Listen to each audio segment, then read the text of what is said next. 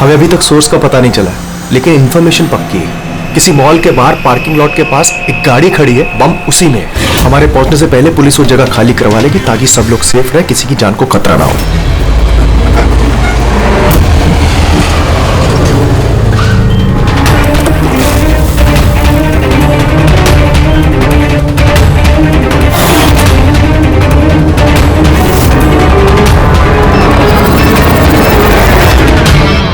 Sir कुछ पता चला किस टाइप का बॉम्ब है? इसके बारे में कोई इन्फॉर्मेशन नहीं, शायद जिसने इन्फॉर्मेशन दी उसे भी पता नहीं। क्या फर्क पड़ता है, वहाँ आसपास वैसे भी पब्लिक नहीं होगी, हम आराम से बॉम्ब डिफ्यूज कर सकते हैं। और नहीं भी कर पाए तो गाड़ी उड़ा देंगे।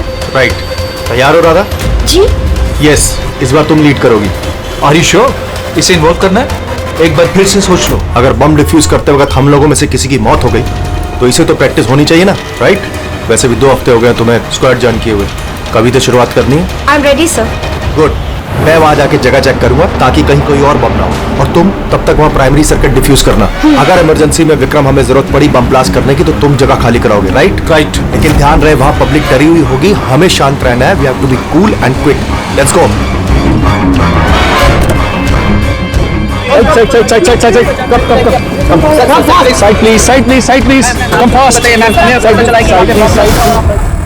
विक्रम तुम पैरामीटर चेक करो। Radha, you go on the left side. Left side पे जो कार है उन्हें चेक करो, ठीक है? Yes, sir. Okay Okay. All the best, calm and quick.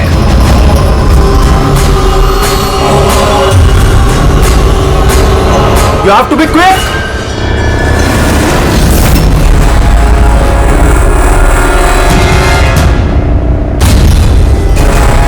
It's clear Vikram, उनको हटाओ। यस।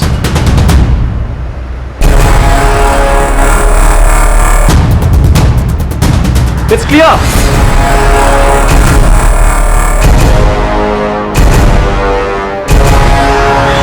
यहां भी ठीक है।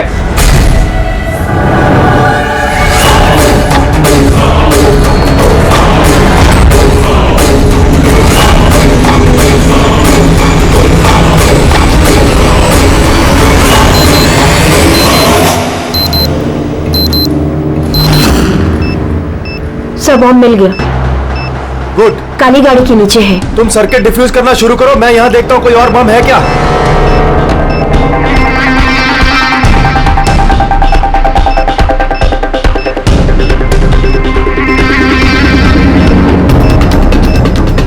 सर कम से कम 50 मीटर का रेडियस खाली करवाना होगा। ओके, बम कैसा है? रेगुलर डायनामाइट यूज हुआ है, मैं डिफ्यूज कर दूंगी। Are you sure? Yes sir, 100%। I am confident. Go ahead, all the best.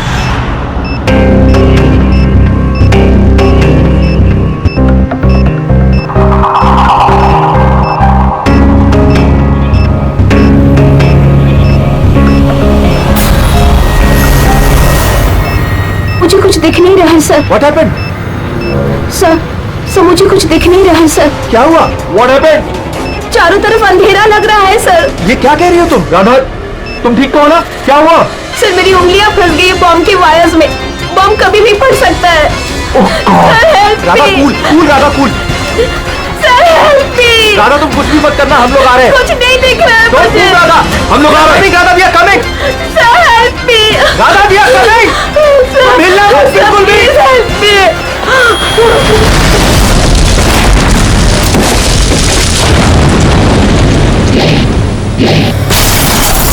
ACP sir ने कहा कि जब तक पता नहीं चल जाता कि ये बॉम्ब किसने और क्यों रखा है, मीडिया से कुछ भी मत कहना।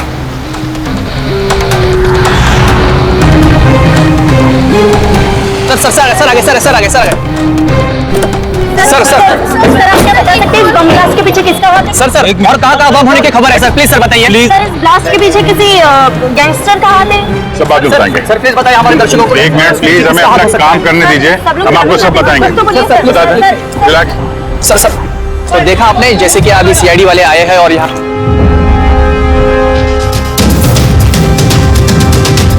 सर यहाँ तो कोई एविडेंस नजर नहीं आ रहा है और लाश भी नहीं दिख रही है फॉरेंसिक लैब में ले जाने के लिए।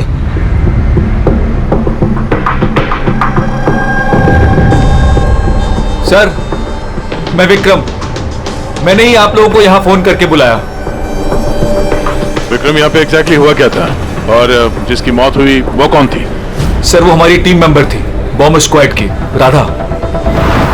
तुम्हें किसी ने फोन करके बताया था कि यहाँ बॉम्ब है? वो हमारी हेल्पलाइन पे एक इंफॉर्मेशन आई थी और कोई नाम नहीं बोला, उसने बस ये कहा कि मॉल की पार्किंग लॉट में किसी गाड़ी में बॉम्ब है। तो बॉम्ब मिला? मुझे नहीं सर, राधा को मिला था और वो डिफ्यूज करने ही वाली थी कि ब्लास्ट हो गया और उसकी बॉडी के राधा सीनियर थी तुम्हारी? नो, मंदार सर हमारे सीनियर हैं, लेकिन इस बार राधा ही लीड कर रही थी। इस बार राधा लीड कर रही थी। और मंदार सर वो कहाँ है? सर वो हॉस्पिटल में है, उनको भी ब्लास्ट में चोट आई है जब वो राधा को बचाने के लिए उसकी तरफ भाग रहे थे। क्यों? क्या हुआ क्या था वहां पे? सर अचानक वो कहने लगी कि उसे दिखाई देना बंद हो गया। क्या मतलब कि उसे दिखाई नहीं दे रहा? तो वो बॉम्ब डिफ्यूज कैसे कर रही थी? नहीं सर, पहले उसने कहा कि उसे बॉम्ब दिखाई दे रहा है और वो डिफ्यूज करने जा रही है। सडन पता नहीं क्या हुआ, उसने कहा कि मुझे दिखना बंद हो गया और अचानक और गलती में बॉम्ब ट्रिगर कर गया। ये अचानक दिखना कैसे बंद हो गया? सर अगर लाश यहाँ पे होती तो एटोप्सी में पता चल जाता। राधा की लेटेस्ट मेडिकल रिपोर्ट होगी आपके पास? मेडिकल वगैरह तो कराते रहते होंगे ना आप लोग? जी वो चाहिए आप। Okay sir. और तुम्हारे हेल्पलाइन पे जिस नंबर से कॉल आया था उसकी रिकॉर्डिंग तो की होगी? हाँ सर, मैंने वो मंगवा भी लिया था। मुझे पता था कि आप लोगों को इसकी जरूरत पड़ेगी और ये सर। हेलो। हाँ हेलो। हेलो। वो मॉल के पार्किंग लॉट में गाड़ी खड़ी है, उसमें एक बॉम्ब है। आप लोग जल्दी आ जाइए। बोल कौन रहे हैं? बहुत लोग मारे हेलो? जाएंगे। बॉम्ब को फटने से रोकना होगा। कौन बोल रहे हैं? प्लीज आप लोग जल्दी आ जाइए प्लीज। तो ये कॉल ट्रेस किया कहाँ से आया था? नहीं सर, कॉल तो ट्रेस नहीं कर पाए। सर यानी फोन करने वाला ये नहीं चाहता था कि किसी को उसके बारे में पता चले। और ऐसा अक्सर तभी होता है जब कोई जानबूझ के ऐसा कर रहा हो। क्या मतलब? मतलब ये फोन कॉल शायद राधा को जान से मारने की साजिश थी। अच्छा वो बॉम्ब कैसा था, कुछ बता सकते हैं? हाँ सर, वो राधा बता रही थी कि वो एक हैंडमेड बॉम्ब है, नॉर्मल डायनामाइट, और उसने मुझसे 50 मीटर रेडियस का एरिया खाली कराने को बोला था। सर शायद उस बॉम्ब में ही ऐसा कुछ था जिसकी वजह से राधा को दिखना बंद हो गया था। एक काम करते हैं, यहाँ जो भी एविडेंस है ये सब फॉरेंसिक लैब लेके चलते हैं, देखते हैं शायद शाहरुख साहब हमारी कुछ मदद कर पाए। हाँ के कुछ मिला? अरे बॉस, मिलने के लिए कुछ होना चाहिए ना। ना बॉडी है ना बॉम्ब है, ये कुछ चीथड़े हैं और आप पूछे कुछ मिला क्या? सर ये जो राधा की मेडिकल रिपोर्ट थी उससे कुछ पता चला? आंखों में कुछ प्रॉब्लम हो या कुछ और? नहीं, आंखों में कोई प्रॉब्लम नहीं है। आई साइट 20/20 है बॉस। और ये MRI स्कैन ये भी क्लियर है, बाकी के सारे टेस्ट भी क्लियर है एकदम। सर तो हो सकता है ना कि टेस्ट करवाने के बाद उसे कुछ हुआ हो। देखो, राधा ने स्क्वाड 2 हफ्ते पहले ज्वाइन किया और ये रिपोर्ट्स 2 हफ्ते पहले की। अब 2 हफ्ते में तो ऐसी कोई बड़ी बीमारी नहीं हो सकती जिससे आंखों पर इतना तगड़ा असर हो जाए। सालून के साथ शायद टेंशन की वजह से हुआ हो। वो बॉम्ब डिफ्यूज करने के वक्त कभी कभी आंखों के सामने डर के मारे अंधेरा छा जाता है। नहीं रेडी, देखो इस स्क्वाड में ये उसका पहला एक्सपीरियंस जरूर था, लेकिन इससे पहले जिस स्क्वाड में वो थी वहां तो उसने 3-4 बॉम्ब डिफ्यूज किए ना, तो डरेगी तो नहीं ना यार वो। और सर उसका सामान चेक किया? ये भी सब क्लियर है। यार ये सब क्लियर है, कुछ भी नहीं मिला, ये कैसे हो सकता है? सालून की बॉम्ब को देखकर कुछ तो पता चला होगा। हाँ बॉस, इतना पता चला है कि ये बॉम्ब किस किस्म का है, डायनामाइट है, और ये भी पता चला है कि किस चीज से बनाया गया। किससे सर? साबुन से। साबुन? क्योंकि साबुन भी एक पोटेंशियल बॉम्ब होता है, उसमें वो इंग्रेडिएंट मौजूद होता है जो अगर ढंग से पूरी तरह से एक्सट्रैक्ट किया जाए तो डायनामाइट बन सकता है। मतलब समझे, तेरे कहने के मुताबिक बॉम्ब बनाने वाले ने एक साबुन खरीदा और उस साबुन में से वो इंग्रेडिएंट निकाल लिया। एक नहीं बॉस, ढेर सारे साबुन। फिर कौन सा साबुन था वो? कौन सा साबुन हो सकता है? वो ऐसा साबुन होगा बॉस जिसमें रिंसलाइक की मात्रा सबसे ज्यादा होगी। अब पता लगाना पड़ेगा बाजार में ऐसा कौन सा साबुन है जिसमें ये रिंसलाइक सबसे ज्यादा मिलता है। सही कहा सर आपने, नॉर्मली हमेशा मैं ही लीड करता हूं। तो फिर राधा ने ऑपरेशन क्यों लीड किया? सर सीनियर होने के नाते मेरी भी रिस्पॉन्सिबिलिटी बनती है कि मैं अपने जूनियर्स को तैयार करूं। तो इसका मतलब है सिर्फ तुम जानते थे कि बॉम्ब डिफ्यूज करने के लिए सिर्फ राधा जा रही थी। आपका मतलब कि आप कहना क्या चाहते हैं कि मैंने राधा को? नहीं मंदार जी, ऐसी बात नहीं है, लेकिन आपको क्या लगता है किसने किया होगा? कोई ऐसा जिसे तुम्हारी टीम से कोई तकलीफ या दुश्मनी हो? सर बहुत से लोग हैं जो बम ब्लास्ट करना चाहते हैं और हम उनकी प्लानिंग फेल कर देते हैं, तो ऐसे में हमारे दुश्मन बनना बहुत आम सी बात है। किसी पे शक है तुम्हें? हाँ सर, 3 लोग हैं। कौन? सबसे पहले गिरी, राधा का ट्रेनर। सर बॉम्ब स्क्वाड में वो राधा को ट्रेन करता था। राधा की गलती की वजह से उसकी आंखें चली गई, इसके लिए वो राधा को जिम्मेदार समझता है। मैं खून करूंगा। एक आदमी जो देख नहीं सकता वो खून करेगा। तुम्हारी मेडिकल रिपोर्ट में लिखा है कि तुम हल्का हल्का देख सकते हो। सिर्फ कहने के लिए। धुंधले धुंधले कलर्स के सिवा और कुछ नजर नहीं आता। जो आदमी साफ देख नहीं सकता वो बॉम्ब कैसे बना सकता है? तुम्हारी आंखों की रोशनी राधा की गलती की वजह से गई। तुम्हें राधा पर गुस्सा आया होगा और उस गुस्से में आकर तुमने राधा को मार दिया। राधा ने ग्राउंड पे एक लाइव बॉम्ब छोड़ दिया था। उसे बचाने के चक्कर में मैं अपनी आंख खो बैठा। अगर मुझे इतनी ही मेरी फिक्र होती तो मैं राधा को कभी नहीं बचाता। ठीक है, अभी आप जा सकते हैं।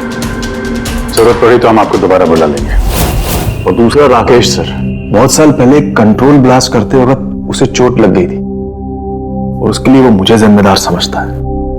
उसने स्क्वाड पर तो केस भी कर दिया था। राकेश, उस दिन एग्जैक्टली हुआ क्या था? सर 3 साल पहले की बात है। हमें किसी ने फोन करके खबर दी थी कि बिल्डिंग में बॉम्ब है। मैं तो बिल्डिंग में ही फंसा था। स्टोर रूम में लगातार 36 घंटों से काम कर रहा था। सर मैं इतना थका था कि स्टोर रूम में नींद आके मैं वहीं सो गया था। हम बम डिफ्यूज करने की कोशिश कर रहे थे लेकिन हो नहीं पा रहा था। मजबूरन हमें बिल्डिंग खाली करवानी पड़ी और मैं उस वक्त नया था और जल्दबाजी और जोश में ब्लास्ट करवा दिया। पूरी तरह से बिल्डिंग को चेक नहीं किया। नीचे स्टोर रूम में जहां राकेश था हम देख नहीं पाए। और उस ब्लास्ट में तुम्हें चोट लगी थी, राइट? नहीं तो ज्यादा चोट नहीं लगी थी। अच्छा, अगर तुम्हें कोई नुकसान नहीं हुआ था तो फिर तुमने बॉम्ब स्क्वाड के ऊपर केस क्यों किया? सर मैं छोटी मोटी नौकरी करता हूँ सर। मैंने सोचा अगर केस कर डालूं तो बैठे बिठाए थोड़े पैसे बना लूंगा। मतलब तुम्हें अभी कोई शिकायत नहीं उनसे? नहीं बिल्कुल नहीं। उल्टा उन्होंने मुझे 3 दिन छुट्टी तक दी थी। और तीसरा किशोर सर, वो हमारी टीम में था। पिछले महीने ही मैंने उसे स्क्वाड से निकाला और उसकी जगह राधा को रखा था। तो मुझे लगता है कि राधा से और मुझसे सबसे ज्यादा नफरत वही करता है। 2 घंटे में चाहिए मुझे। जाओ। मंदर, 1 मिनट, ये देखो, बहुत जरूरी है। क्या हुआ? क्या ये? किशोर की मेडिकल रिपोर्ट्स।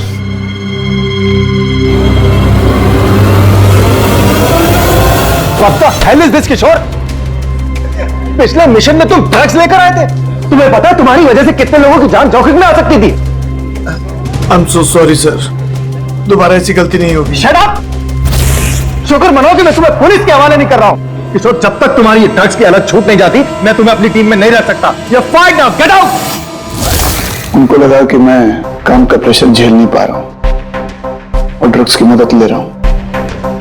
बस मंदार ने मुझे काम से निकाल दिया। और फिर कुछ ही दिनों में तुम्हारी जगह ले ली राधा ने। तुम्हारा खून खौल उठा। तुम गुस्सा करने लगे राधा पर। नहीं सर, गलती तो मेरी ही थी। मंदार ने तो वही किया जो उसके ड्यूटी में बोला। मैं अपने जॉब को वापस पाने के लिए जो भी लीगली कार्रवाई कर सकता हूँ कर रहा हूँ। अब मुझे दादा से भी कोई तकलीफ नहीं थी कभी भी। अच्छा ठीक है, अभी तुम जा सकते हो, शहर छोड़ के मत जाना। अभिजीत, बिना किसी सबूत के ये पता लगाना कि इनमें से कौन सच बोल रहा है कौन झूठ जरा मुश्किल है।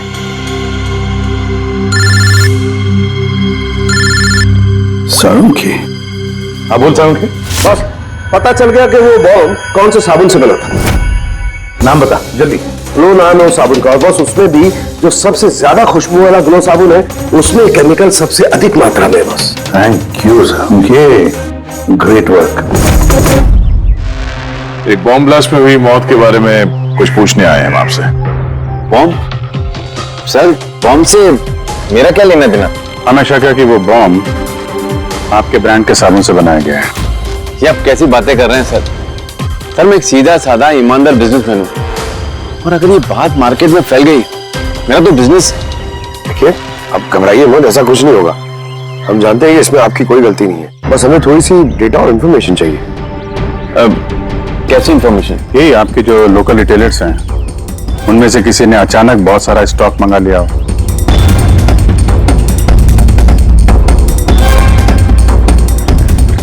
ये क्या हुआ? कोई गड़बड़ है? एक सुपरमार्केट है जिससे हम माल सप्लाई करते हैं, लेकिन उसने अपना रेगुलर स्टॉक 2 हफ्ते पहले ही मंगवा लिया था। उसका पूरा स्टॉक खत्म हो गया था इसलिए। उसके अलावा बाकी पूरे महीने के सेल्स बिल्कुल नॉर्मल है। जरूर किसी ने होलसेल में सारा स्टॉक खरीद लिया होगा, तभी 2 हफ्ते पहले खत्म हो गया। जिसने भी ये खरीदा है हमारा खूनी वही है।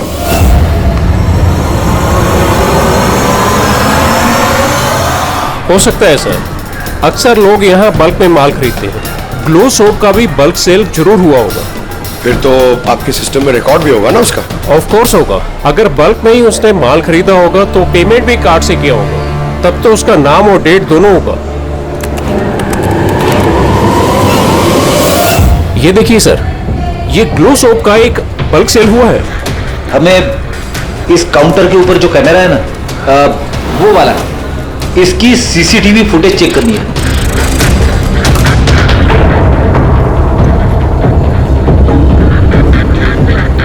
सर चेहरा छुपाने की कोशिश कर रहा है।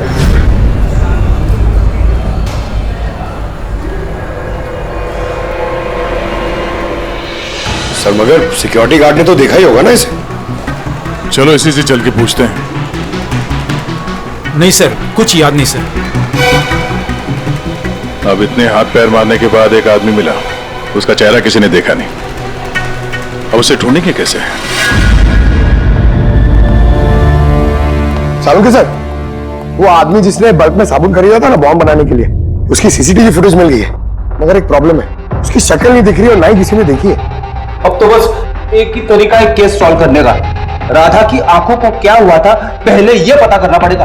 अरे यार वही पता करने की कोशिश कर रहा हूँ कब से। साळुंखे सर, ये डायनामाइट, ये फट जाएगा, पूरी बिल्डिंग गिर जाएगी। ये क्या कर रहे हैं आप? बिल्डिंग फटेगी या नहीं फटेगी, मेरा सर जरूर फट जाएगा यार। शोर मत मचाओ यार। यार हमने कब शोर मचाया? एक मिनट सर, मैं ये डायनामाइट के साथ क्या करें सर?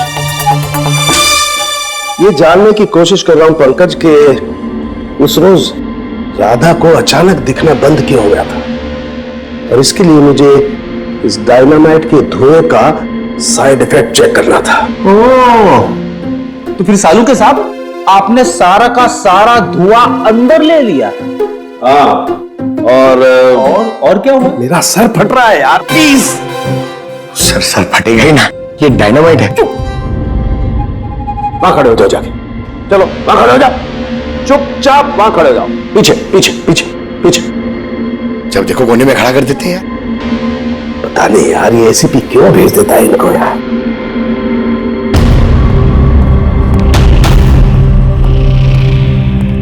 लग दो।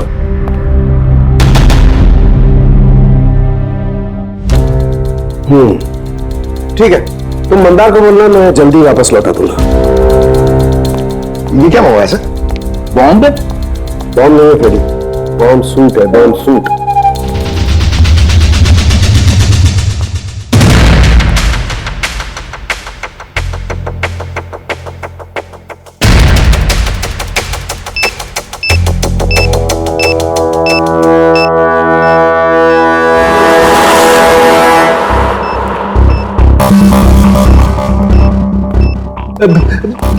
ये सब क्या है? देखिए सालून के साहब, आप बहुत बड़ी रिस्क ले रहे हैं। सर हमें लग रहा है कि हम लोग आपको डिस्टर्ब करें। ये बॉम्ब डिफ्यूज कर लो आप, इसके बाद हमें बुला लेना। चलो चलो, रुको, कुछ नहीं होगा।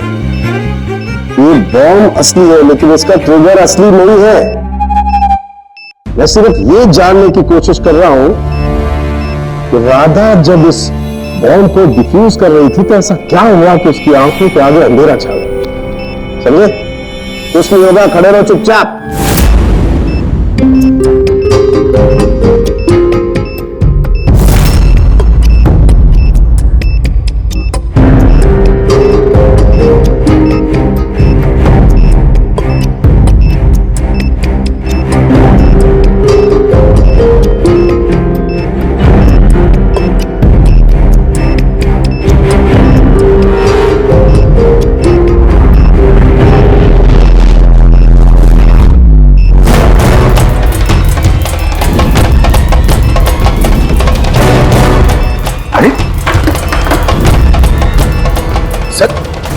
सर ये सारा सामान राधा का?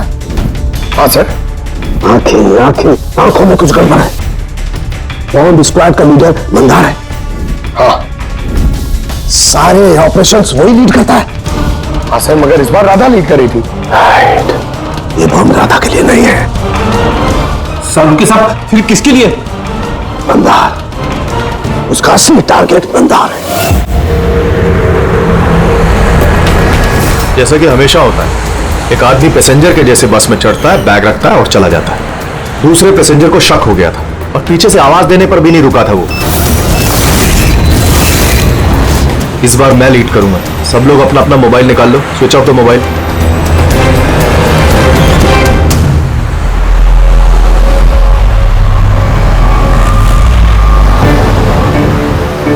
Not reachable. फोन को हुआ क्या? सर हाँ, मंदार का फोन ही नहीं लग रहा है। फोन स्विच ऑफ करके रखा होगा। बॉम्ब साइट के आसपास कोई भी इलेक्ट्रॉनिक इक्विपमेंट इस्तेमाल करना अलाउड नहीं है।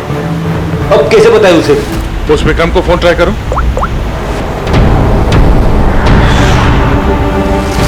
सर उसका भी फोन नॉट रीचेबल आ रहा है। बॉस, हमें हर हाल में मंदार को वॉर करना पड़ेगा। यार लेकिन साउंड के तुझे लैब में क्या मिला ये पहले बता। उस रोज राधा को क्या हुआ था ये जानने के लिए मैंने बॉम्ब स्क्वाड का सूट खुद पहना, तो थोड़ी देर बाद मुझे पसीना आने लगा और देखने में परेशानी होने लगी। बॉस, राधा के साथ भी कुछ ऐसा ही हुआ होगा। इस परेशानी से बचने के लिए जरूर उस रोज राधा ने भी कोई न कोई आई ड्रॉप जरूर डाला होगा ताकि उसे दिखाई दे सके। ओह, लेकिन सर राधा के सामान में हमें वो आई ड्रॉप तो नहीं मिला। हाँ, नहीं मिलेगा दया, क्योंकि उस रोज राधा लीड करने वाली नहीं थी, मंदार लीड करने वाला था। फिर मुझे लगता है इसीलिए राधा ने अपना आई ड्रॉप नहीं लिया और उसने मंदार का आई ड्रॉप यूज किया बिना मंदार को बताए हुए। सलाइन आई ड्रॉप तो नॉर्मल है, उसे लाखों लोग इस्तेमाल करते हैं। हाँ फ्रेडी, लेकिन शायद ये आई ड्रॉप बॉस नॉर्मल नहीं था। यार लेकिन साळुंखे ये आई ड्रॉप्स कौन से थे ये तो बता। बॉस, चश्मे का नंबर पता करने के लिए जो डॉक्टर लोग डालते हैं डायलेशन आई ड्रॉप, मुझे लगता है ये वही डायलेशन आई ड्रॉप था जिससे सब कुछ धुंधला धुंधला दिखाई देने लगता है। माय गॉड, तो फिर दया किसी ने मंदार के सलाइन आई ड्रॉप की जगह पर डायलेशन आई ड्रॉप्स की बोतल रख दी। बिल्कुल, और मंदार को पता ही नहीं चला क्योंकि उस दिन मंदार लीड करने वाला ही नहीं था, राधा लीड करने वाली थी। हम समझ रहे थे कि ये राधा को मारने की साजिश थी, पर उसका असली टारगेट तो ये मंदार ही था। था नहीं दया, था नहीं, है। मंदार अभी भी टारगेट है क्योंकि वो डायलेशन आई ड्रॉप लेकर के घूम रहा है।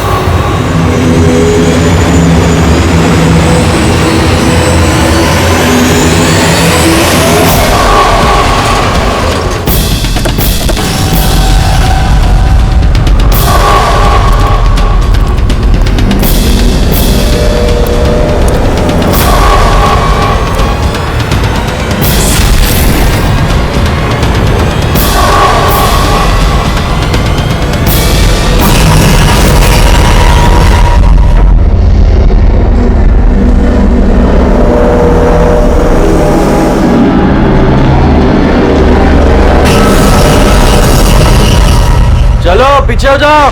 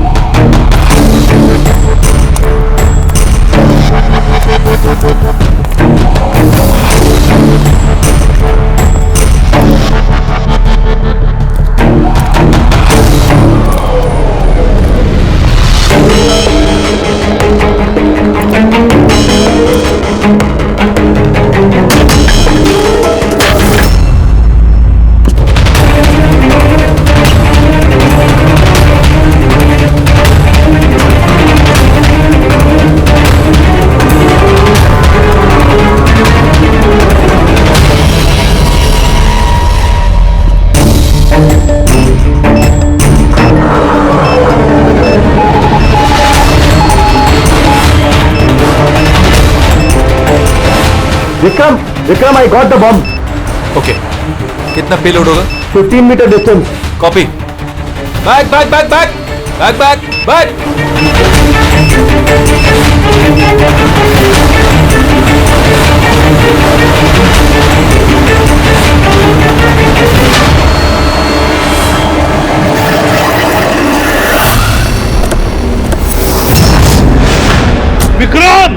विक्रम रुको, मंदार की जान को खतरा है। What?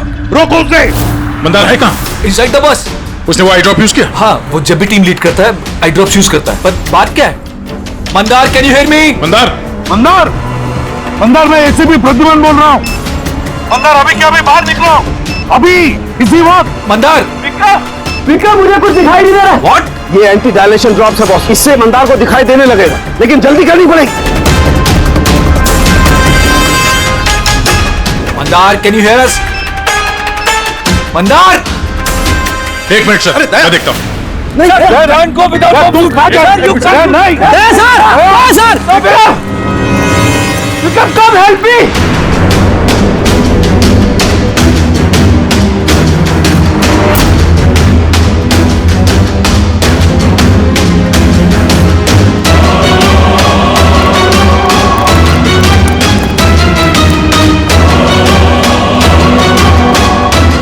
विक्रम, मेरी आंखें जल रही है. मंदार कौन है? मैं इंस्पेक्टर दया. दया, तुम यहाँ क्या आए हो? तुम जाओ यहाँ से, यहाँ खतरा है. अरे मंदार, तुमने आंखों में गलत आई ड्रॉप डाला है, इसलिए तुम्हें दिखाई नहीं दे रहा. अरे दया, तुम जाओ यहाँ से. मैं ये आई ड्रॉप लेके आया हूँ, इसे डालो, साफ दिखाई देगा. सर ऊपर करो. एक मिनट, हिलना नहीं. दया, क्या कर रहे हो तुम? यार, आई ड्रॉप डाल दो, साफ दिखाई देगा. ओके, आँख खोलो. जल्दी डालो. हाँ. माय गॉड, वो क्या रहा है अंदर? दया! अरे दया, तुम्हें यहाँ नहीं आना चाहिए था. ठीक है, मेरा हाथ फायर में फंसा, ये खतरनाक बम है. ओके, कुछ नहीं होगा. तुम्हें दिखाई दे रहा? अब बेटर है. एक मिनट. Okay, fine. जल्दी जाओ तुम यहाँ से. दया, निकलो यहाँ से. दया, क्या हुआ? तुम ठीक हो रहे? हाँ सर. और Mandar? Is okay, I drop डाल दिया, उसे दिखाई दे रहा है. तो फिर बाहर क्यों नहीं लेकर आए उसे? सर, वो बॉम्ब डिफ्यूज कर रहा है. ओह गॉड.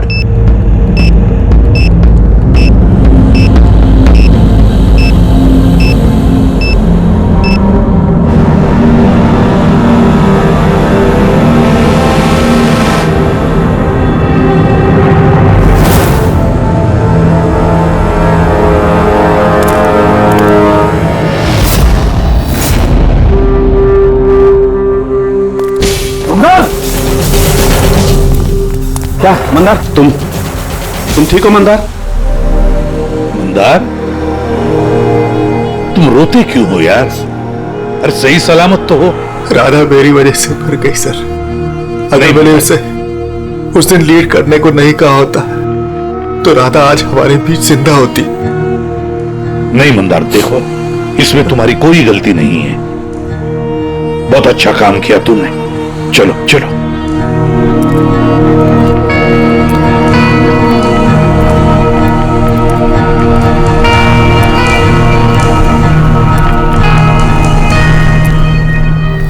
एक बात तो साफ है सर, इन तीनों में से जिसने भी वो बॉम्ब लगाया वो राधा के लिए तो नहीं था, मंदार के लिए बॉम्ब लगाया था.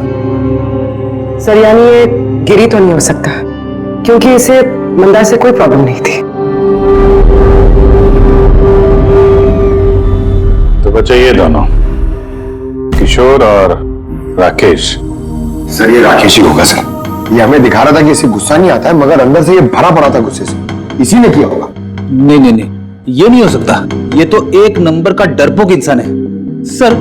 ये किशोर होगा, टीम से निकाला गया, बेइज्जती बर्दाश्त नहीं कर सका, ले लिया बदला। किशोर और राकेश, इन दोनों में से खूनी वही है जिसने मंदार के आई ड्रॉप्स बदल दी। अब सोचना यह है कि इन दोनों में से वो कौन है जो बड़ी आसानी से बॉम्ब स्क्वाड के ऑफिस में आ जा सकता है, राकेश या किशोर? मंदार जी, आपने अपना आई ड्रॉप आखिरी बार कब यूज किया था? 2 हफ्ते पहले।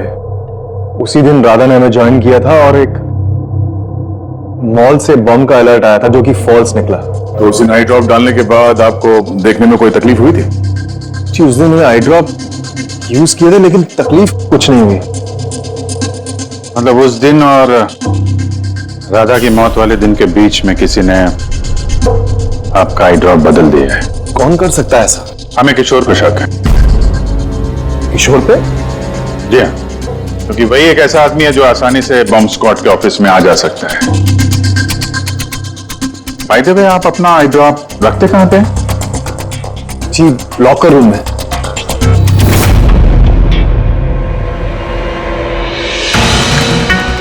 ये सीसीटीवी कैमरा, इसकी फुटेज देखनी है हमें पिछले 2 हफ्तों की।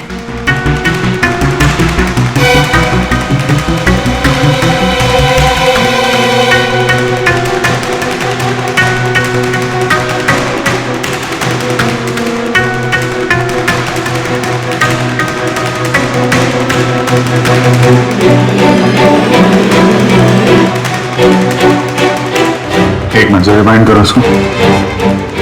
क्या हुआ सर? ये आदमी क्लीनिंग वाला ट्यूसडे को दूसरी बार भी आया, 2 बार। देखो।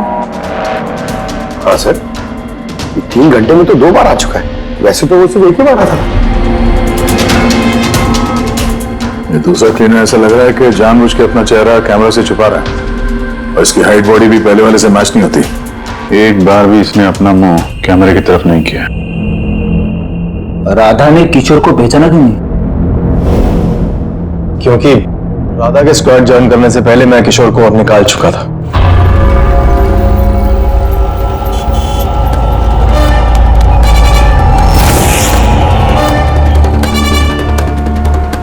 आप लोग यहाँ पे? तेरा टायर पंक्चर करने आए। तो चले ससुराल। ससुराल? मतलब एक मर्डर के जुर्म में हम तुम्हें गिरफ्तार करने आए हैं। मर्डर? मैंने किसी का मर्डर नहीं किया। मैं तो यहाँ पे। अच्छा, तो फिर वो कौन था जो बॉम्ब स्क्वाड के हेडक्वार्टर्स में घुसा था, जिसने मंदार के आई ड्रॉप्स बदले थे, जिसका चेहरा हमने सीसीटीवी फुटेज में देखा था? तुमने फिल्मी हीरो की तरह बड़ी होशियारी से कैमरे से अपना मुंह तो छुपा लिया, लेकिन हाय रे किस्मत, तुम्हें पता ही नहीं था कि वहां पे एक और भी कैमरा है। अरे हाँ, इसे कैसे पता होगा? इसे तो टीम से निकाल देने के बाद वहां पे कैमरा लगाया गया था। मैंने किसी का खून नहीं किया सर, मेरा विश्वास करो। मैं उस दिन हेडक्वार्टर गया था, लेकिन मैंने मंदार के आई ड्रॉप्स को हाथ भी नहीं लगाया। तो फिर वहां पे क्या करने गए थे तुम? अपना ब्लड रिपोर्ट चुराने, जिसमें यह आया था कि मैं ड्रग्स लेता हूँ। बको मत। वो रिपोर्ट तुम्हारे किस काम की? उन लोगों के पास मेरे खिलाफ वही एक सबूत था सर।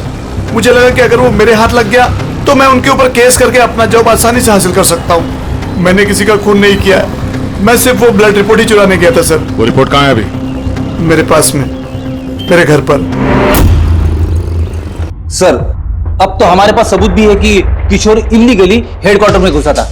बड़ा ही चालाक है किशोर, हमें बेवकूफ बनाने की कोशिश कर रहा है वो। सर पता नहीं, मुझे नहीं लगता कि वो हमें डबल क्रॉस कर रहा है, और करके फायदा भी क्या होगा? अभी झूठ बोलेगा, वापस कोर्ट में फंस जाएगा। सर वो तो ये भी कह रहा था कि वो क्लीनिंग स्टाफ वाला बन के वहां आया ही नहीं था, बल्कि खिड़की कूद के वहां घुसा था। खिड़की से अंदर घुसा क्योंकि उसे पता था कि वो खिड़की ठीक से लॉक नहीं होती है। और सर मंदार और विक्रम के हिसाब से वो रिपोर्ट हेडक्वार्टर से चोरी तो हुई है। झूठ बोल के कंफ्यूज कर रहा है वो हमें। ताकि पकड़ा जाए तो बोल दे कि रिपोर्ट चोरी करने गया था। फ्रेडी, अगर उसे मंदर को मारना ही था तो वो अपनी रिपोर्ट क्यों चुराएगा? उसे पक्का मालूम है कि रिपोर्ट चोरी हो गई तो शक उसी पे जाएगा। तो कहीं ऐसा तो नहीं कि उस दिन हेडक्वार्टर्स में एक नहीं 2 लोग उसे? सर, एक तो वो क्लीनिंग स्टाफ और दूसरा खिड़की से। हो सकता है। अगर किशोर खिड़की में से घुसा था तो फिर दूसरा कौन था? तो फिर तो एक ही आदमी बचता है, राकेश। लेकिन राकेश के पास तो ऐसी कोई खास वजह थी नहीं सर। उसने तो सिर्फ कुछ पैसों के लिए सब किया था। वैसे राकेश का कुछ खास नुकसान भी तो नहीं हुआ।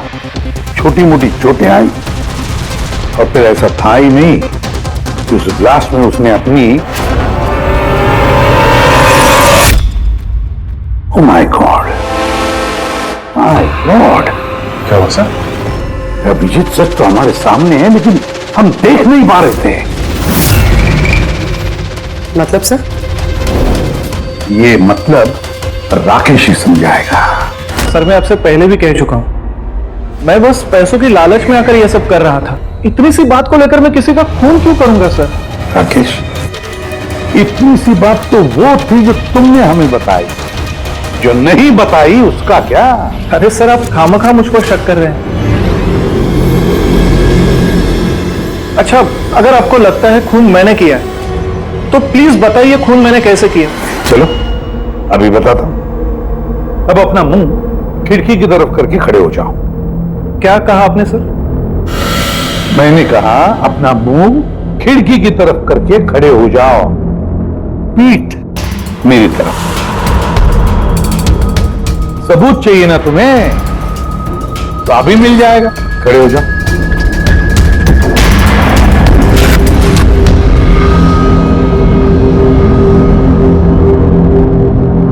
राकेश, ये खून तुमने किया है। राकेश, ये खून तुमने किया है।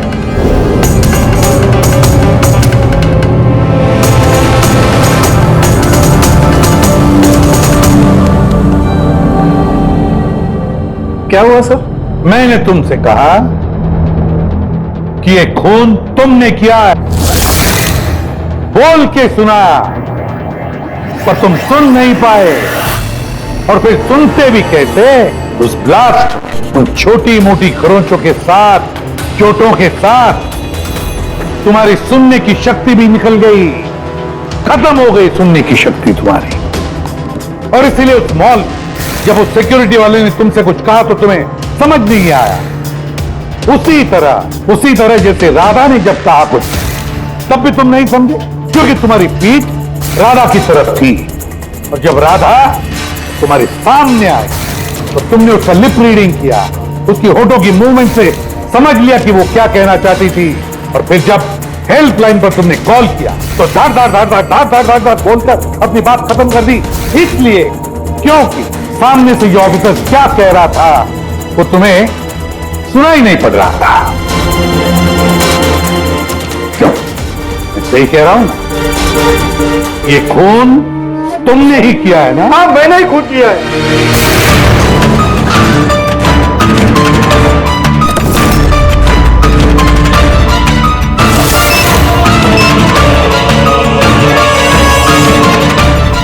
अब मैंने ही लगाया था बॉम्ब। मुझे बदला लेना था मुझे मंदार से।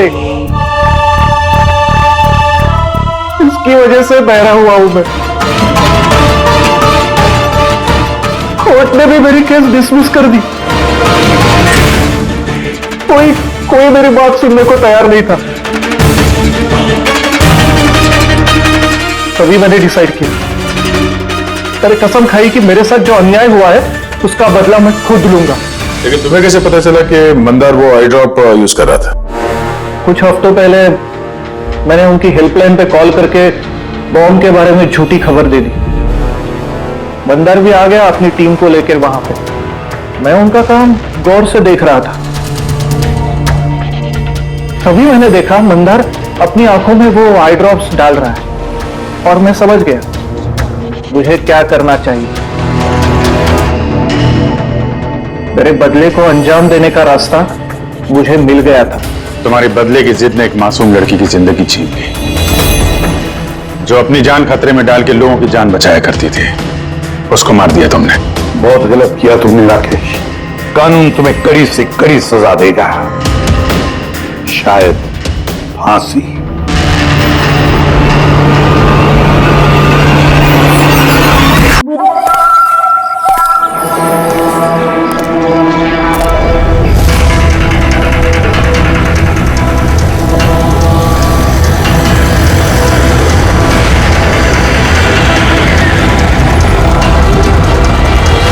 ए भाई, गाड़ी आगे ले।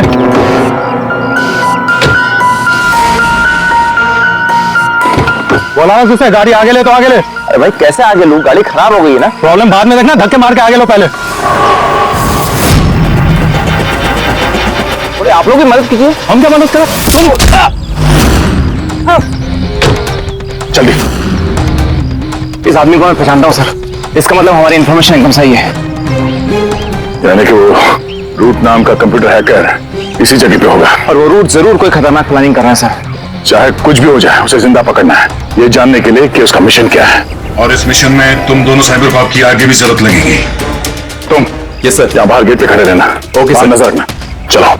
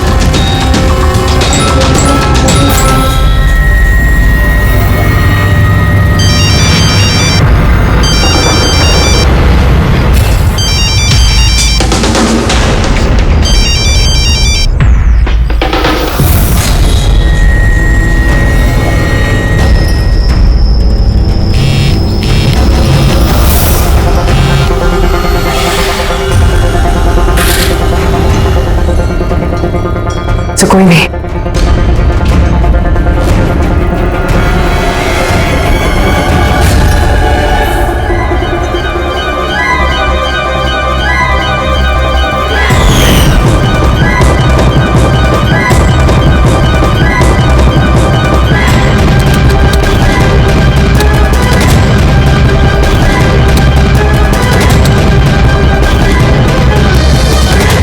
आप रेडी? सर सब जगह देख लिया, यहाँ पे कोई नहीं है। खबर तो गलत नहीं हो सकती, यहीं कहीं होना चाहिए। चलो देखते हैं।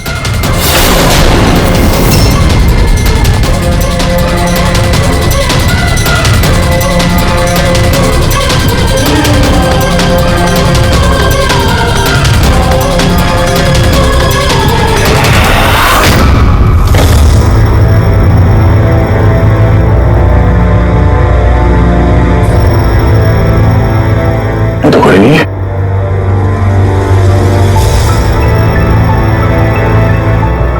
शहर अभी भी गर्म है, लगता है यहाँ पे कोई था अभी।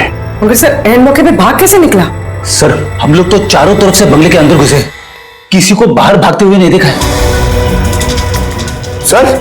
हाँ सर ये मॉनिटर देखिए, ये तो घर के आसपास की फुटेज चल रही, कहीं हमें देख के भाग तो नहीं गया? हो सकता है वो ज्यादा दूर नहीं गया होगा।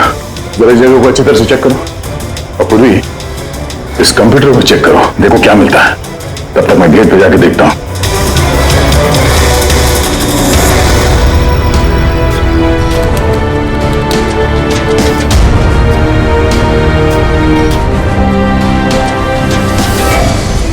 महेश, महेश। Yes sir. ये रोड अंदर नहीं है, लगता भाग गया। तुम यहीं पे खड़े थे? सर मैं यहीं पे खड़ा था, मैंने किसी को नहीं भागते हुए देखा। ऐसा कोई नहीं किया बाहर? नहीं सर। मेन गेट से तो कोई बाहर गया नहीं, पता नहीं ये रूट कहां से चला गया। सर बाहर पीछे की तरफ एक गेट है, शायद वहीं से भागे होगा। सर वो कंप्यूटर पासवर्ड प्रोटेक्टेड है, ब्यूरो ले जाना पड़ेगा। सर ये रूट जरूर अपने उसी खतरनाक मिशन को पूरा करने में लगा होगा। ये रूट को किसी भी हाल में जल्द से जल्द ढूंढना होगा। एक मिनट, पूरे घर में कहीं भी ये कारपेट नहीं है और यहाँ पे कारपेट रखा हुआ है, उसके ऊपर ये स्टूल। ये हटाओ से। सर यहाँ पे खुफिया दरवाजा। बड़ी तुम यही रहो इनके साथ, हम लोग अंदर देखते हैं।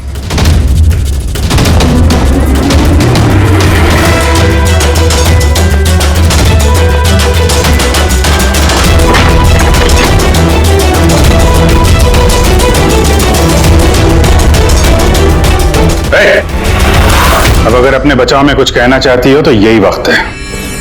मुझे कुछ नहीं कहना, जो भी कहना मेरा वकील कहेगा।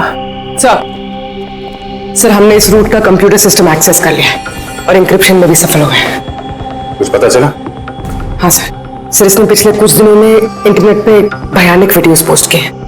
डार्क वेब पर sir. Actually dark web internet की एक ऐसी काली जगह होती है सर, जहां पर हर मुजरिम अपने गैरकानूनी कामों को एक टेक्नोलॉजी की मदद से अंजाम देता है, जैसे हथियारों की तस्करी हो, किडनी की चोरी या फिर किसी को मारने की सुपारी। सर ऐसा कोई भी काम नहीं है जो इस साइट पर नहीं होता है। समझ में बात नहीं आती, जब सब कुछ इतने खुले में होता है, सबको पता है, तो इसे रोकने के लिए हम कुछ करते क्यों नहीं? सर ये इतना आसान नहीं है। एक्चुअली इस साइट पर जाने के लिए आपको एक कंप्यूटर सॉफ्टवेयर की जरूरत होती है, जो चुनिंदा हाई प्रोफाइल मुजरिमों के पास ही होता है। जैसे कि ये रूट। Yes sir. और सर जैसे कि हमें पता है कि इस डार्क वेब पे आईपी एड्रेस और यूजर आईडी ये दोनों गुप्त रहते हैं। जरा दिखा कौन सा वीडियो डालें इस रूट में।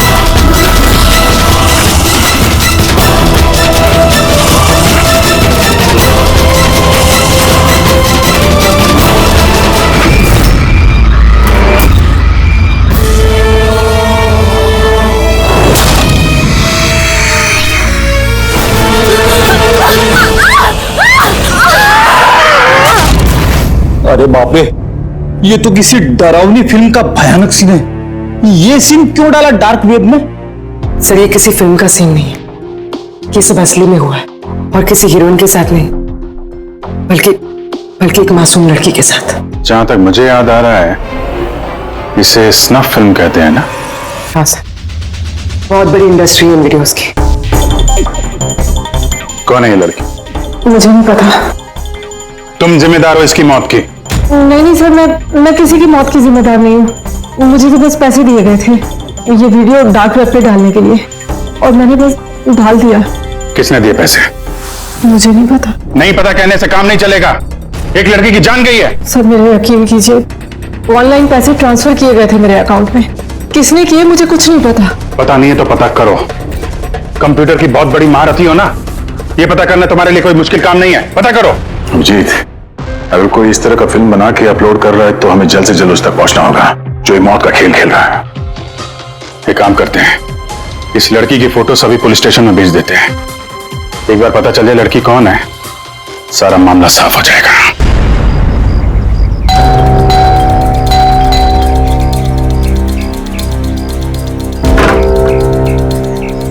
जी कहिए, किससे मिलना है? ये रिया का घर है ना? हाँ, मैं उसका पापा। आइए। वो हम लोग सीआईडी से हैं। आपके लिए एक बुरी खबर है। आपकी बेटी रिया अब इस दुनिया में नहीं रही। पता है, मगर आप उसके मौत के 10 दिन बाद क्यों आए हैं ये सब बताने? आपको पता है कि आपकी बेटी रिया की मौत हो गई है? आप उस कार एक्सीडेंट की इन्वेस्टिगेशन के लिए आए हैं ना, तो आपको ये तो मालूम पड़ा होगा कि रिया का तो फ्यूनरल भी हो गया है। एक मिनट, आप किस कार एक्सीडेंट की बात कर रहे हैं? वही जिसमें हमारी रिया चल बसी है। शेयर टैक्सी में वो पुणे जा रही थी। नहीं, रिया की मौत कार एक्सीडेंट में नहीं हुआ है। ये क्या कह रहे हैं आप? एक मिनट, ये रिया है। हाँ, ये रिया ही है। एक्सीडेंट वाले दिन उसने यही कपड़े पहने थे। एक मिनट, सॉरी बाबू, लगता है कुछ कंफ्यूजन है। आप जरा बताइए कि आपकी बेटी रिया का कार एक्सीडेंट कैसे हुआ था? शेयर टैक्सी में वो पुणे जा रही थी, 7 और लोग भी थे उसके साथ। तो रास्ते में उसकी गाड़ी का बड़ा भयानक एक्सीडेंट हो गया। पूरी कार आग की लपटों में झुलस गई। मरने वालों के तो चेहरे तक पहचान में नहीं आ रहे थे। तो आप लोगों ने रिया को कैसे पहचाना? उसके सामान के जरिए बस हम उसे पहचान पाए। आपने ये नहीं बताया कि ये फोटो कब की है? वैसे हम लोगों को भी पता नहीं कि ये फोटो कब की है, पर पता चलते ही हम आप लोगों को बता देंगे। लगता है रिया का ये एक्सीडेंट सिर्फ एक दिखावा था, उसकी मौत की असली वजह को छुपाने के लिए। सर अगर रिया का कार एक्सीडेंट एक दिखावा था, तो वो बाकी के 7 लोग जो उसके साथ गाड़ी में थे, कहीं वो भी रिया की तरह ही तो नहीं मारे गए? हो सकता है। सबके परिवार वालों से मिलना पड़ेगा। किस्मत अच्छी थी हमारी कि जो 7 लोग एक्सीडेंट में मारे गए थे, उनमें से एक का अंतिम संस्कार नहीं हुआ था। देखते हैं डॉक्टर सालों के इस लाश से क्या सुराग निकाल पाते हैं। वैसे भी लाशें इतनी बुरी तरह से जल गई हैं कि चेहरा पहचान पाना मुश्किल है। तुम लोगों का शक एकदम सही था, ये लाश टोनी की नहीं। लग ही रहा था सर हमें, लेकिन ये कौन है कुछ पता चला? नहीं यार, ये तो पता नहीं लगा है कि ये लाश है किसकी, लेकिन ये पता चला है कि इस आदमी को कैसे मारा गया। मैंने इसके बॉडी का स्कैन किया तो पता लगा कि इसके पेट में चाकू का बहुत गहरा घाव है। चाकू से? हाँ, चाकू का। और मुझे लगता है उस चाकू के वार की वजह से ही इसकी मौत हुई। मतलब चाकू से मारा किसी और को और उसे टोनी बता के एक्सीडेंट का हिस्सा बना दिया। ये गैंग आखिर करना क्या चाहता है? और इस आदमी की मौत 3 हफ्ते पहले हुई है। ये कार एक्सीडेंट हुआ 10 दिन पहले। वही तो, मतलब कार जब एक्सप्लोजन में जलाई गई, उससे कहीं पहले इस आदमी की मौत हो चुकी। 3 हफ्ते से इसकी लाश संभाल के रखी थी ताकि इस भयानक खेल को अंजाम दिया जा सके। याद है, काम करते हैं, जहां पे एक्सीडेंट हुआ था वहीं पे चलते हैं, पता करते हैं एग्जैक्टली उस दिन हुआ क्या था। मैं तो मजे से कार चला रहा था सर, और रेडियो पे गाने सुन रहा था। तभी अचानक से मैं जोर का धमाका सुना। मैं तुरंत अपने कार से निकला और मैंने देखा कि मेरी सामने एक कार आग की लपटों में जल रही थी। मुझे समझ में नहीं आ रहा था कि मैं क्या करूं। तो ये कितने बजे की बात होगी?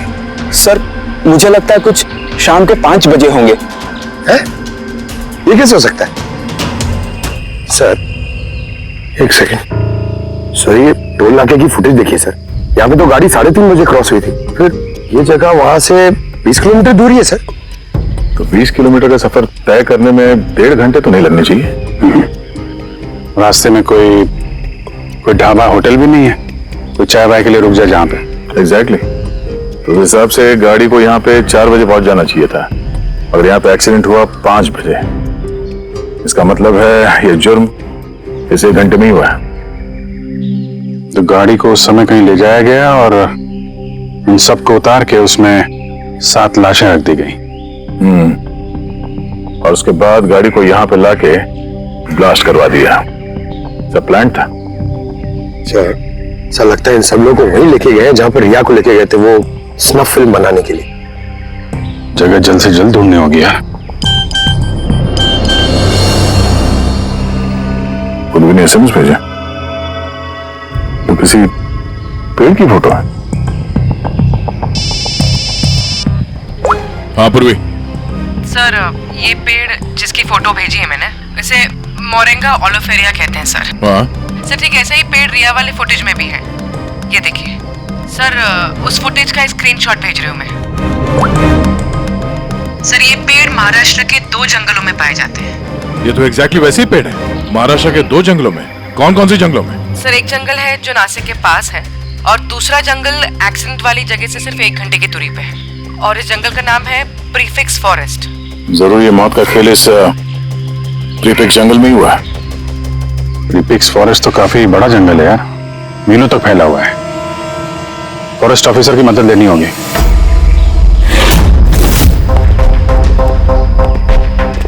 इस जंगल में ये सब हो रहा है, यकीन नहीं होता कि आपकी इंफॉर्मेशन पक्की है ऑफिसर? पक्की नहीं होती तो यहाँ तक आते नहीं हम लोग। आप बताइए कुछ हाल फिलहाल में ऐसी कोई घटना आप लोगों ने कुछ सुनी हो, कुछ देखी हो, जंगल के अंदर कुछ हुआ हो? बिल्कुल नहीं, और अगर ऐसा कुछ होता तो हम जरूर उस पर ध्यान देते। चलो कोई नहीं, फिर भी अपनी तसल्ली के लिए एक बार हम जंगल देखना चाहेंगे। श्योर।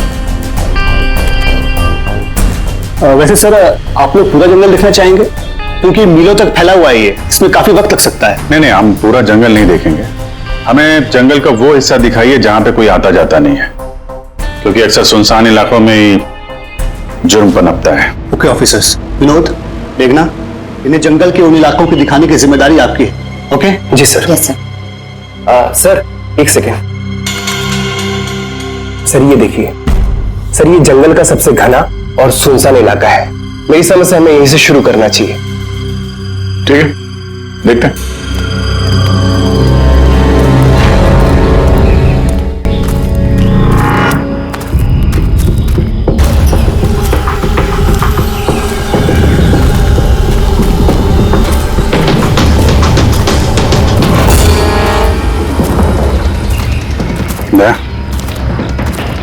यहाँ पेड़ पे देखा?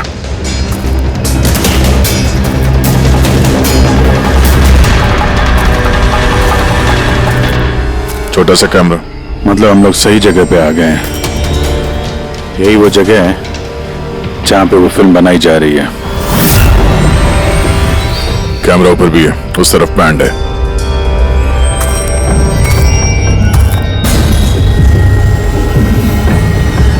शायद इस कैमरे से कुछ पता चले उनके अड्डे के बारे में। नहीं अभिजीत, ये तो हाई एंड वायरलेस कैमरा है। इसके जरिए पता लगाना मुश्किल है कि इसमें जो स्टोर्ड फुटेज है वो कहां से ब्रॉडकास्ट हो रहा होगा, और इस जंगल में पता नहीं और कितने कैमरास हैं। देखते हैं, आगे शायद कोई कैमरा मिल जाए जिससे कुछ पता चले।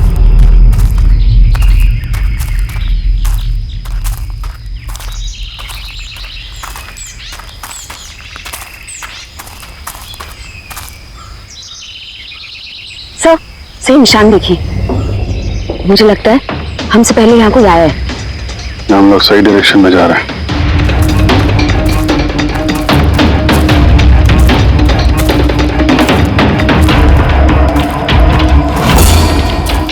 सर ये निशान यहीं तक है। सर इसका मतलब उनका अड्डा यहीं कहीं है।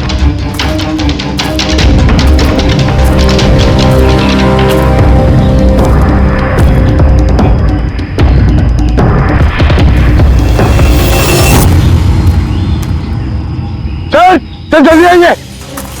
एक मिनट सर, एक सेकंड। घबराओ मत, हम लोग सीआईडी से हैं। उठो उठो उठो। सर आप लोग सीआईडी से मुझे बचा लीजिए सर।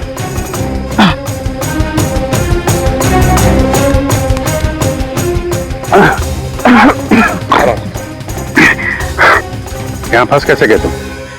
सर मुझे जंगल से बाहर निकलने का रास्ता नहीं मिल रहा सर, उस खूनी ने एक एक करके सबको मार दिया। तुम लोग यहाँ आए कैसे? हम शेयर टैक्सी में सवार होकर सफर कर रहे थे कि अचानक हमारी गाड़ी पंक्चर हो गई और कार रुक गई। सड़क पर पहले से किसी ने कीले और कांच के टुकड़े रखे हुए थे सर। फिर इसके बाद कुछ लोग आए जिनके चेहरे नकाब से ढके हुए थे और जब तक हम कुछ कर पाते उन्होंने हमें बेहोशी के इंजेक्शन लगा दिए। और जब मुझे होश आया तो मैं इस घने जंगल में था सर। सर मैं ही जानता हूँ कि इस जंगल में भूख प्यास से कैसे रहा हूँ। कभी लकड़ी खाई तो कभी पेड़ के पत्ते, और जब भी किसी के चिल्लाने की आवाज आती तो समझ जाता किसी की जान चली गई। यहाँ जगह जगह कैमरे लगे हुए हैं। तुम्हारी किस्मत अच्छी थी कि तुम उनके पकड़ में नहीं आए। सर पकड़ इसलिए नहीं पाए क्योंकि उन्होंने एक कैमरा मेरे कमीज के बटन में लगाया हुआ था और वो बटन मैंने तोड़कर फेंक दिया। शायद इसी वजह से वो मुझे ढूंढ नहीं पाए। तुम्हें अंदाजा है कि बाकी के लोगों में कितने लोग जिंदा हैं अभी तक? मालूम नहीं सर, पर कल रात जब मैं पेड़ पर बैठा हुआ था मुझे किसी के चीखने की आवाज आई थी। न जाने वो उनको घायल कर रहे हैं या फिर जान से मार रहे हैं सर। किस तरफ से आवाज आई थी, कौन सी दिशा से, कुछ याद है आपको? मेरे पेड़ इस तरफ, शायद उस तरफ से सर।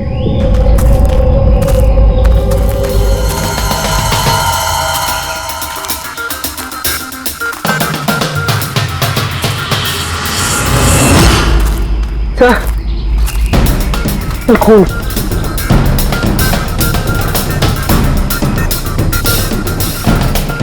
तो यहाँ पर भी। इसका मतलब उनमें से कोई घायल है। किस तरफ गया होगा? सर ये देखिए खून के कुछ निशान इस तरफ भी जा रहे हैं। इस तरफ भी खून का निशान है और इस तरफ भी है। दोनों तरफ है, दोनों तरफ देखना पड़ेगा। पंकज, पूर्वी, तुम लोग इधर देख लो, हम लोग इधर देख लेते हैं। विनोद तुम इनके साथ जाओ और हाँ, हर आधे घंटे में अपडेट दे देना, ठीक है? आप आइए।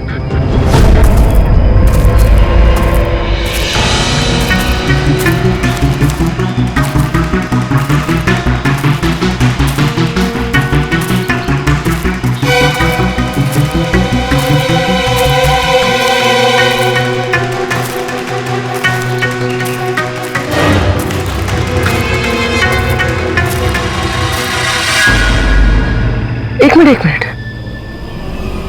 वो क्या है?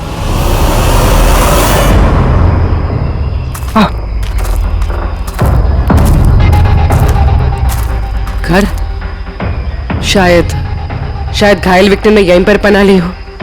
जंगल के बीच में घर, मगर नक्शे के हिसाब से तो यहाँ कोई घर नहीं था। हो सकता है ऐसे फिल्म बनाने वालों को ऐसी लोकेशंस की जरूरत पड़ती है ताकि उन्हें कोई ट्रैक ना कर सके। हो सकता है उस घर में जो घायल आदमी है वही मुजरिम हो सकता है पंकज, और ये भी हो सकता है कि आगे और भी कैमरास लगे हों। होशियार रहना।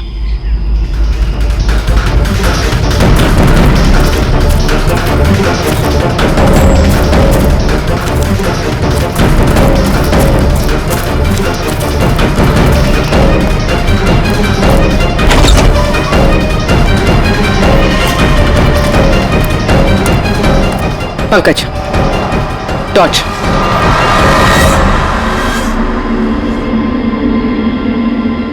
ये घर तो एकदम हिंदी फिल्मों की डरावनी पिक्चरों जैसा। ये देखो, उस घायल विक्टिम को यहीं पर लाया गया है। वो आवाज सुनी? अंदर से आ रही है।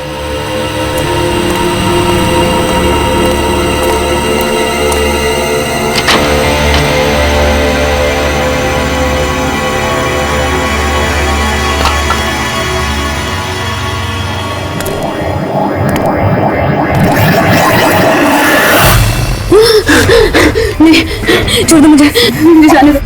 बाहर आओ। मेरे पास मत आना, मैंने कुछ नहीं किया। देखो हम लोग सीआईडी से, घबराओ मत। आओ, कुछ नहीं होगा तुम्हें। अच्छा।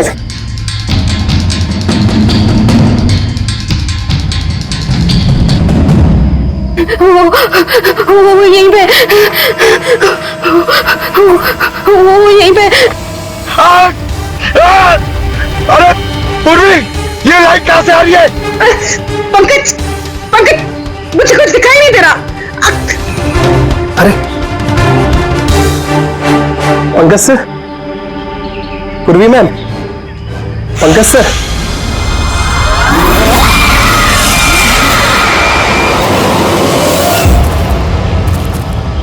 सर, खून के निशान तो यहाँ के खत्म हो गए।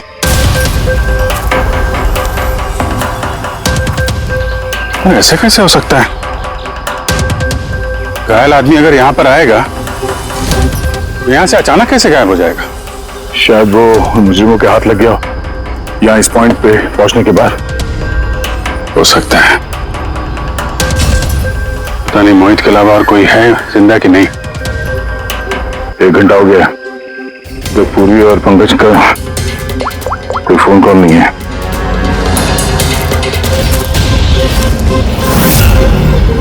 पूरी फोन उठा नहीं रही है। पंकज देख लो,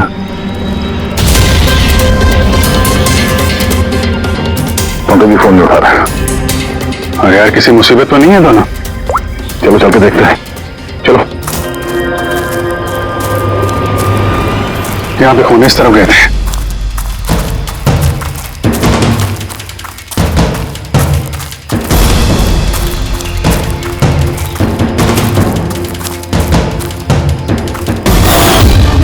इस घर के अंदर शायद कोई हो। अंदर जाके देखता हूँ। ठीक है, तब तक मैं यहाँ बाहर देखता हूँ।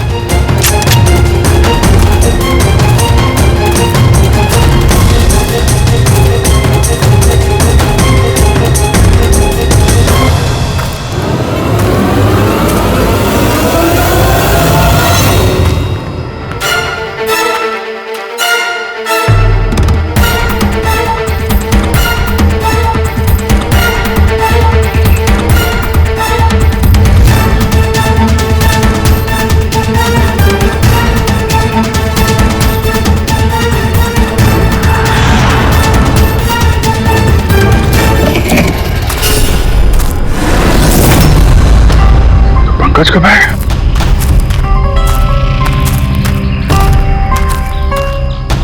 पंकज,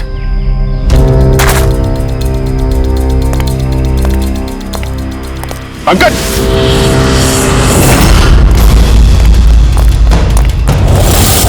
पंकज, पंकज, पंकज, कैसे? उठो, उठो, सर, उठो।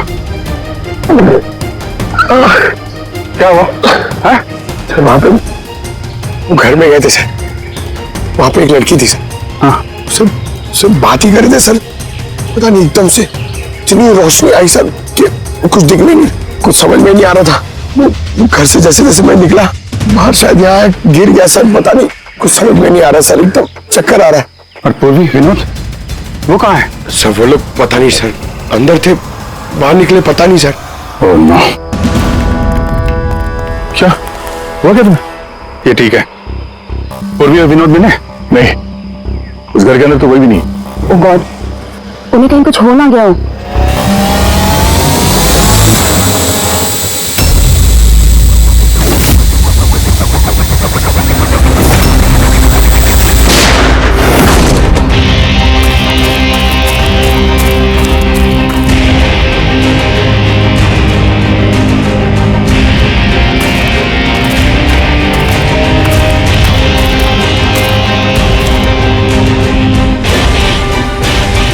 ये सब तो बड़ा मुश्किल होता जा रहा है। हमें वापस जाना होगा। चलो। क्या मतलब? देखो दया, हमें ये नहीं मालूम है कि अपराधियों की तादाद कितनी है, कितने कैमरे लगा रखे हैं यहाँ पे, कितने हथियार हैं उनके पास। ऊपर से हम पे हर वक्त नजर रखे हुए हैं। अभी फिलहाल हम उनसे मुकाबला करने की तैयारी में नहीं है। और पूर्वी, उसे यहाँ पे अकेला छोड़ के चले जाएंगे हम लोग? यार दया देखो, पूर्वी उनके चंगुल में फंस चुकी है। हम उसको बचाने जाएंगे तो हम भी नहीं बच पाएंगे। अभिजीत, क्या हो क्या गया तुम्हें? कुछ याद है सीआईडी में हमें पहले क्या सिखाया था?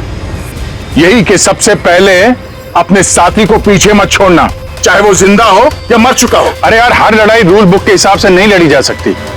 हमें यह भी सिखाया गया था कि प्रेजेंस ऑफ माइंड का इस्तेमाल करना अलग अलग परिस्थितियों में। आई एम सॉरी, तुम्हारे इस थॉट से मैं एग्री नहीं करता। आई एम सॉरी, तुम्हें जाना है तुम जा सकते हो, बिना पूर्वी के मैं यहां इस जंगल से बाहर नहीं जाने वाला। जिद मत करो दया, हमें यह भी नहीं मालूम है कि पूर्वी जिंदा है कि नहीं। अभिजीत वो एक सीआईडी ऑफिसर है, इतनी आसानी से हार मानने वाली नहीं है। वो बेचारी अकेली लड़ रही होगी उन मुजरिमों से, और अब जब उसे सबसे ज्यादा जरूरत है हमारी, हम पीठ दिखा के भागेंगे यार। ज्यादा जरूरी यह है कि जो लोग उस गिरोह के कैद में नहीं आए हैं उनको बचाया जाए।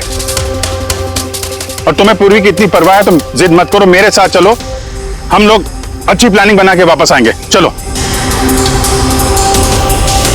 इसे हो क्या गया सर? अभी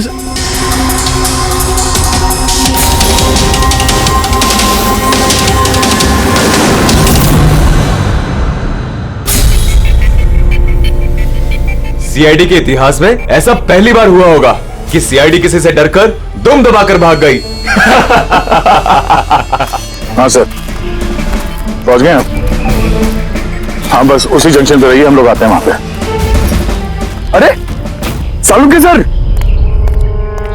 आप यहाँ? मैं यहाँ।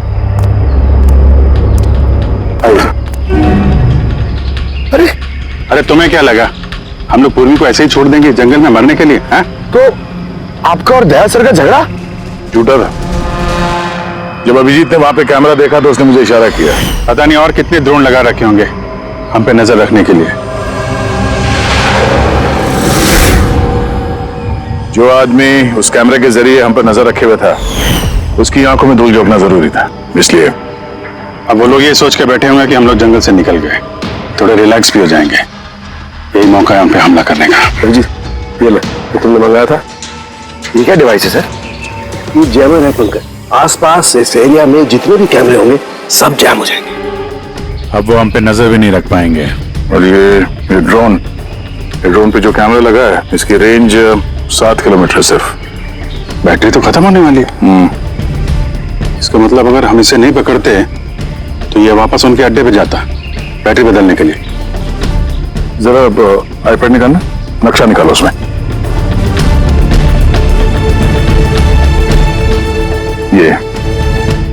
ये वो जगह है जहां पे हमें ये ड्रोन मिला था। अब इसके पास ही वो बंगलो है, लगता है यही होगा मुजरिम का ठिकाना। तो चलते, चल के आजाद कराते हैं पूर्वी और बाकी जो जिंदा बचे हुए लोग हैं उनको। चलो। नहीं सर, आप मेघना और मोहित आप लोग यहीं पे रुकिए, हम लोग देखते हैं।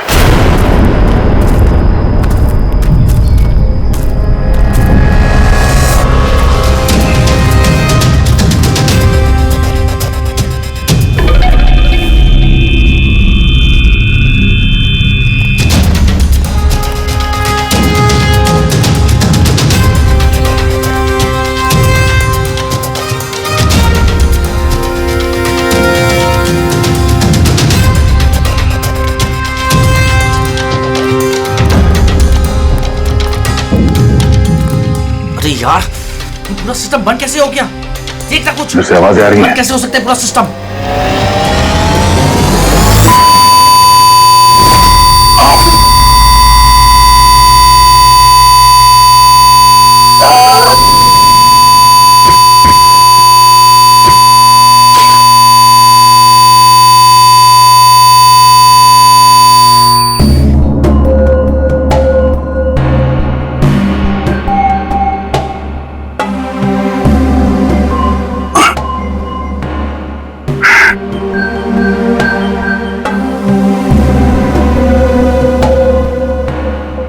पंकज,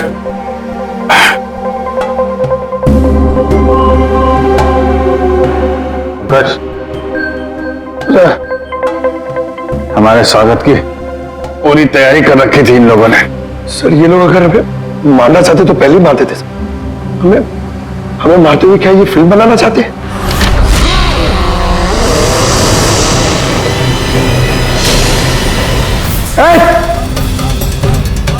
सच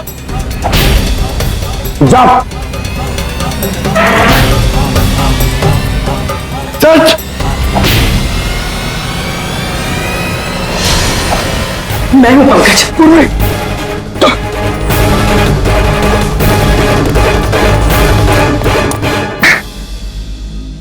तुम ठीक हो? हाँ सर। वो लोग किधर हैं? सर उस तरफ।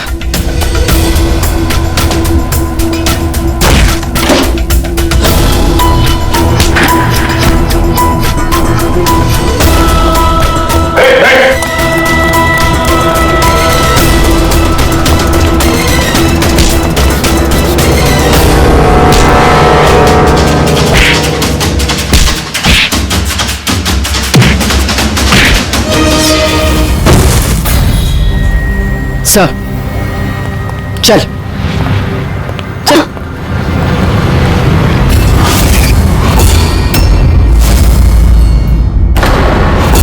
मेघना तुम? वाह, हमें तो लग रहा था कि हम मुजरिमों की आंखों में धूल झोंक रहे हैं। अब किसे पता था कि हम मुजरिम को अपने साथ ही लेके घूम रहे हैं। आप लोग यहाँ कैसे? किसने छुड़ाया आप लोगों को? सीआईडी को कैद करना इतना आसान नहीं। मौका देखते ही मैंने वो खिड़की तोड़ी और वहां से बाहर निकल गई।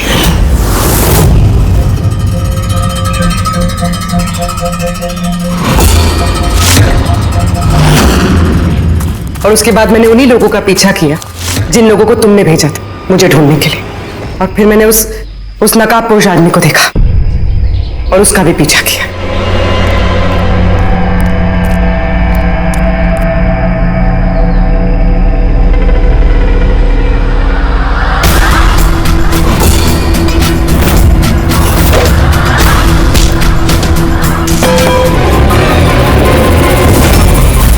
कुछ देर बाद जब मुझे होश आया तो मैंने देखा कि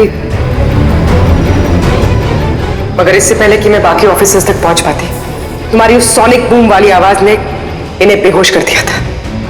वो तो मेरी किस्मत अच्छी थी कि मैं दूर थी और उस आवाज का मुझ पर कोई असर नहीं हुआ। और फिर मैंने सोचा कि क्यों ना उस नकाब को ही मैं अपना हथियार बना लूं। जिस बेरहमी से तुमने लोगों की जान ली है, तुम तो औरत कहलाने के लायक भी नहीं हो। अब ये बताओ, तुमने ये सब किस लिए किया? ये सब मैंने पैसों के लिए किया है सर। जितने पैसे मुझे इस काम के लिए मिल रहे थे ना, उतना तो मुझे अपनी जॉब में 5 साल में भी नहीं मिलता। और वैसे भी क्या फर्क पड़ता है, रोज इतने लोग मरते हैं, अगर 2-4 और मर गए तो क्या हुआ? तुम्हें शायद मालूम नहीं है कि तुम कितनी बीमार हो। बाकी लोग कहाँ हैं जो तुम्हारे साथ में थे? मैंने किसी को कोई नुकसान नहीं पहुंचाया सर, इतनी भी बुरी नहीं हूं मैं। और वैसे भी मैंने कोई भी खून अपने हाथों से नहीं करा है। मुझे तो एक औरत ने करोड़पति बनने का ऑफर दिया था जो मैंने एक्सेप्ट कर लिया। कौन औरत? बहुत अजीब सा नाम था उसका।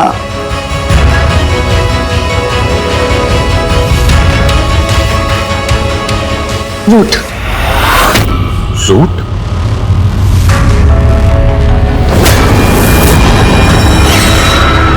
तो रूट है सबके पीछे मास्टरमाइंड। अब उसने ऐसा क्यों किया, उसका जवाब तो अब वही देगी। तो जहां तक तुम्हारा सवाल है, कानून तुम्हें कड़ी से कड़ी सजा देगा।